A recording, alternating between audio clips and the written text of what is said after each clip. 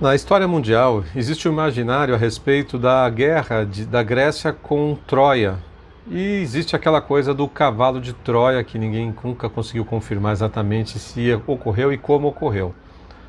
Foi um presente dos gregos aos troianos, em que, na verdade, dentro desse enorme cavalo de madeira, haviam guerreiros. Foi a maneira que encontraram lá para conseguir ficar dentro das fortalezas ali troianas, a fim de destruir invadir de dentro para fora, de fazer com que tivesse alguém lá para abrir os portões, algum estratagema, alguma artimanha ali para corroer e destruir o inimigo de dentro para fora. Assim como acontece com o marxismo cultural, por exemplo, que tenta destruir os valores ocidentais de dentro para fora, pelos comportamentos das pessoas, não por um embate físico direto, por uma guerra real, né, física ali. Acontece que desde o começo do governo Bolsonaro, nós tivemos aí alguns episódios que podemos até comparar com gente infiltrada, uma espécie de cavalo de Troia, um presente, uma espécie de Kinder Ovo, né? Aquele docinho lá que vem com uma surpresa dentro.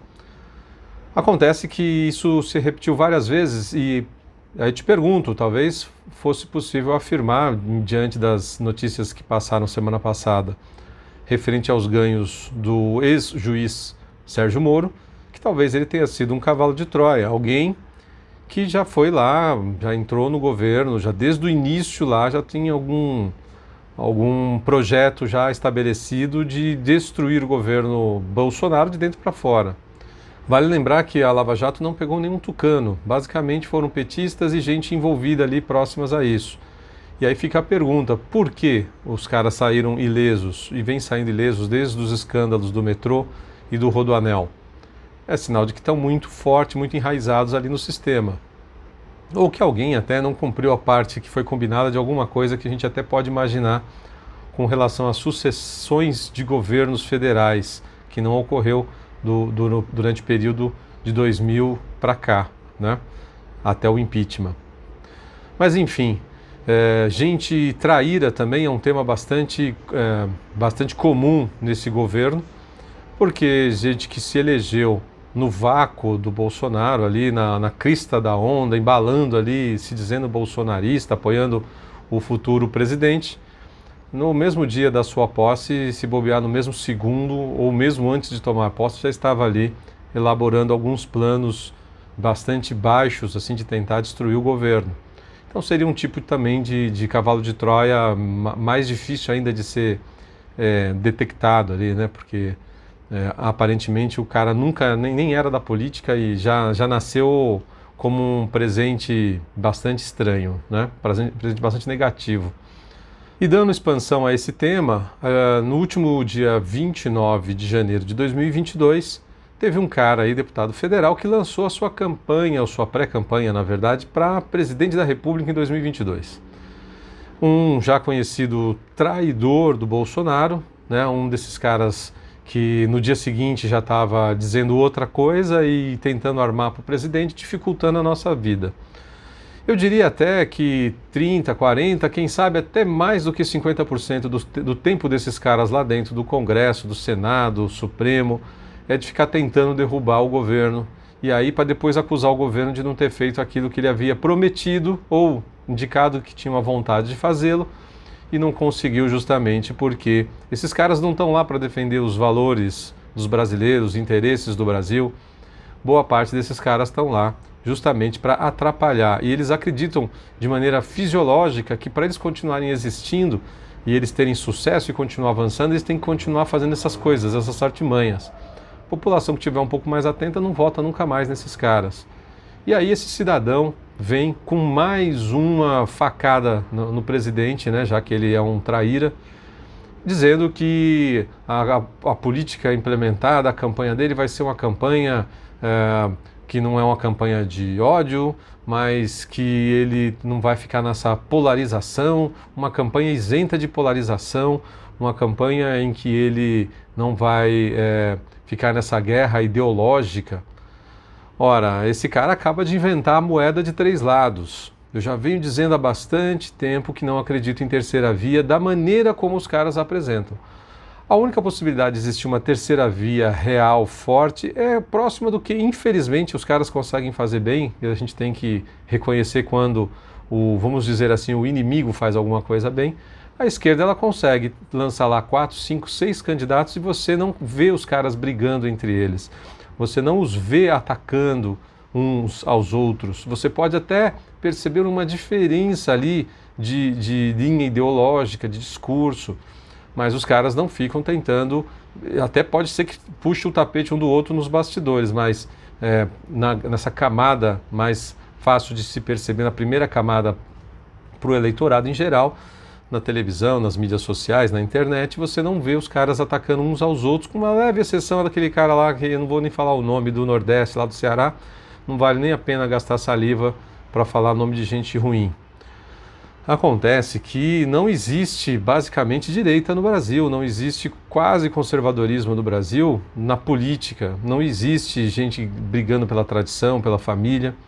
Então, você aí, eleitor, fique muito atento, escolha o seu candidato. É claro que você ainda continuará sujeito a ser enganado. Infelizmente, se o cara quer te enganar, ele vai ficar com narrativas ali, né? Infelizmente isso vai continuar acontecendo, ele vai ficar com narrativas ali ruins, ou narrativas que às vezes parecem boas, mas que na prática ele não pensa aquilo. Então o que você tem que fazer? Qual a proposta desse candidato de sábado agora? Nenhuma proposta. Eu fiquei assistindo ali, parei o que eu estava fazendo para assistir, porque é realmente um show de horror. Então qual que é a proposta do cara? Ele é a favor da família? Ele é a favor da tradição? Ele é a favor, ou ele é a favor ou é contra cotas? A favor ou contra a política identitária? A favor ou contra a política de gênero? O que ele é? A favor da liberação das armas ou ele é contra? Ele é a favor da liberação das drogas? Qual a proposta desse cara? O que de fato esse cara quer, dizendo que não vai entrar nessa guerra ideológica? Se ele não tem ideologia, ele não tem nada. A gente pode até usar uns termos aqui que são bastante ultrapassados, desgastados, mas que a população entende. Então, ainda assim, nós vamos continuar falando de direita, esquerda, socialismo, capitalismo. Gravei um vídeo sobre controlacionismo nesse último domingo. Gostaria de convidá-lo a assistir para você ter uma ideia de que talvez a gente não viva mais nenhum momento que seja nem socialista, nem capitalista, nem comunista. A gente vive um momento bastante delicado em que, na verdade, talvez a humanidade esteja atingindo o auge da sua vontade de ser Deus e controlar a população. Se bem que no Canadá já começaram demonstrações aí de que a população não vai deixar isso barato.